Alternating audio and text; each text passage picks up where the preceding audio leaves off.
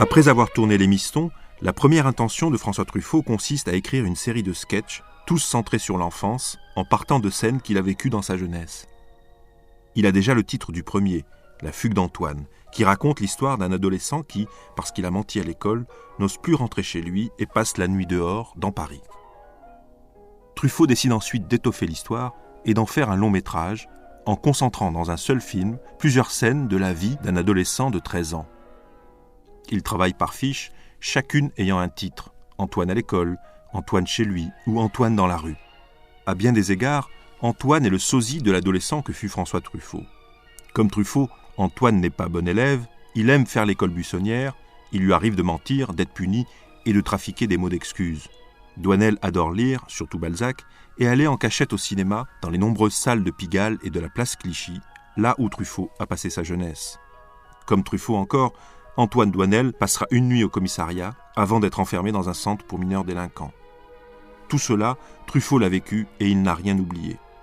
Mais Truffaut n'a pas l'intention de faire un film strictement autobiographique. C'est pourquoi il décide de faire appel à Marcel Moussy, écrivain et scénariste, auteur d'une émission qui connaît un gros succès à la télévision, Si c'était vous. Avec Moussy, Truffaut espère donner à son film une portée plus universelle.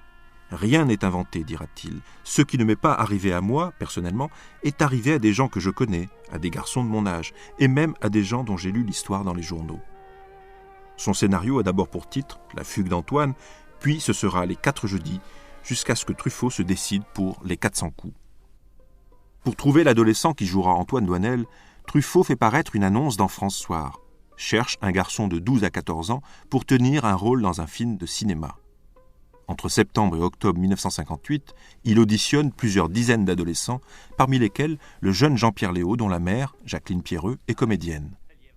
Les bouts d'essai avec Jean-Pierre Léaud sont d'emblée concluants. Truffaut est sous le charme, persuadé que son jeune acteur apportera au personnage vitalité et émotion.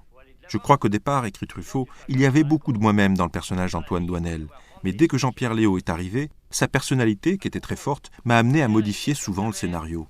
Je considère donc qu'Antoine est un personnage imaginaire qui emprunte un peu à nous deux. Le tournage des 400 coups commence le 10 novembre 1958, à Paris, du côté de la butte Montmartre. Le soir même, le critique André Bazin, que Truffaut considère comme son père adoptif, meurt d'une leucémie à l'âge de 40 ans. Profondément ému, Truffaut dédie son film à Bazin, qui fonda les Cahiers du cinéma en 1951. Présenté en compétition officielle au Festival de Cannes le 4 mai 1959, Les 400 coups reçoit un accueil vibrant. À la fin de la projection, Jean-Pierre Léaud est porté en triomphe. Jean Cocteau, qui parraine le film, exulte. Truffaut, ancien critique virulent, a gagné ses galons de cinéaste. Le film sort dans la foulée le 3 juin 1959 et connaît un vrai succès commercial. Truffaut, qui a produit son film grâce à sa société de production, Les Films du Carrosse, et avec l'aide de son beau-père, Ignace Morgenstern, important distributeur de films, acquiert une véritable indépendance économique. Mais l'onde de choc des 400 coups dépasse les frontières. Le phénomène est mondial, porté par la nouvelle vague dont Truffaut devient en quelque sorte le porte-drapeau. Après Les Cousins de Claude Chabrol et Hiroshima mon amour d'Alain Resnais, et juste avant À bout de souffle que Jean-Luc Godard s'apprête déjà à tourner, la nouvelle vague fait une entrée fracassante dans le paysage cinématographique, démolissant la vieille citadelle du cinéma français des années 50. Le phénomène prend une ampleur considérable, la bonne nouvelle se répand comme une traînée de poudre, la jeunesse est en train de conquérir les écrans.